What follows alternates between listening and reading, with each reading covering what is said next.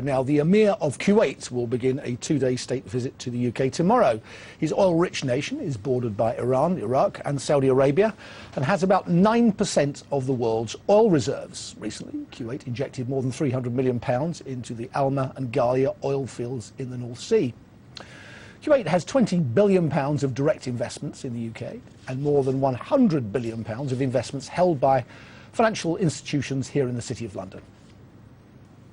Well, Kuwait's Minister of Industry and Trade, His Excellency Alsaleh, joins me here in the studio. Sir, I understand you've just arrived in the UK. Welcome to Britain. Nice to see you here. Thanks for coming in. Thank you. Thank you, Jeff. Thank you for having me. I can remember a time in the late 80s, the late 1980s, when Kuwait held huge stakes in some of Britain's biggest companies, 20% of BP, 20% of the Royal Bank of Scotland. You don't do that anymore. Your policy has changed. Why? Well, we do that, Jeff. We still are very keen in the UK investment. We do, having said that, Wednesday is our 60th anniversary for KIO, our investment office here, the oldest sovereign wealth fund. And this is the only office for us here. So we're very keen and we keep doing that. But of course there is regulations and, and it tends to change based on financial and economical situations worldwide. And strategies are being done towards, towards that. So it's not we're shying away, but right. That's the point I'm really driving at here. It's not that you've fallen out of love with the UK. You still believe in Britain as an investment centre and London in particular. Definitely, Jeff. And we wrapped that with a state visit by His Highness the Emir with the huge high-end investment private sector joining the delegation just to strike deals right and left. You have a huge sovereign wealth fund. You can invest anywhere in the world. Where does Britain, in your mind, in your ranking, rate vis-a-vis the United States, Europe, Japan? I would say it's in this, it's in top list, and I'm not in charge of the sovereign fund directly, but yet, yeah. You think Britain's still playing in the Premier League? Definitely, Jeff. Definitely. There's no doubt of that. There's no doubt of that. Why do you think that Britain has retained the confidence of international investors? If you look at our numbers, our budget deficit is going up, and as a result our debts are going up. It looks as though the Chancellor is going to have to take some really tough decisions, and yet Britain can still borrow at very, very low interest rates. Why is that? Jeff, I think if you see the historical stability of the financial sector in UK, you would definitely be in UK in your investment planning strategy, geographically, and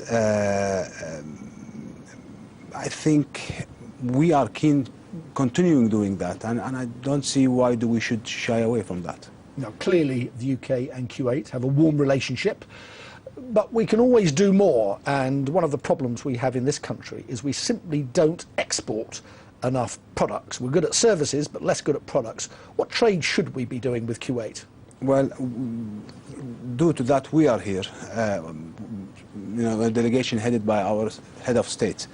And you're doing very well in Kuwait. I mean, your retail franchises, Debenhams, Next, Mothercare, Marks Spencer, Boots lately, they're doing very well. Is that right? I mean, sadly, I've not had the pleasure of visiting Kuwait, but if I were to walk down the high street in Kuwait City, would I see all these famous British names? Oh yes, definitely. And they're not only, they're dominating the market there, and vice versa here also in Kuwait. We do invest here, and we are now planning to continue and maintaining the relationship, the historic relationship between both nations, and one of the reasons is this visit also. So Britain is always keen to attract inward investment. I can remember a time, when Kuwait had a chain of petrol stations in this country called Q8. Kuwait, yes. A play on words.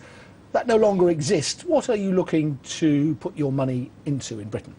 Well, I'll leave that to be announced maybe on Wednesday on our anniversary, on the 60th anniversary. But are we expecting Big news, good news. We can do with some good news in this country. We will be doing good news. I mean, it's I won't say big or small, but we will continue to keep this, as you called it, the warm relationship between both countries and in all aspects, financial, diplomatic, and elsewhere. So definitely yes. And what about the Middle East? I've got to ask you this.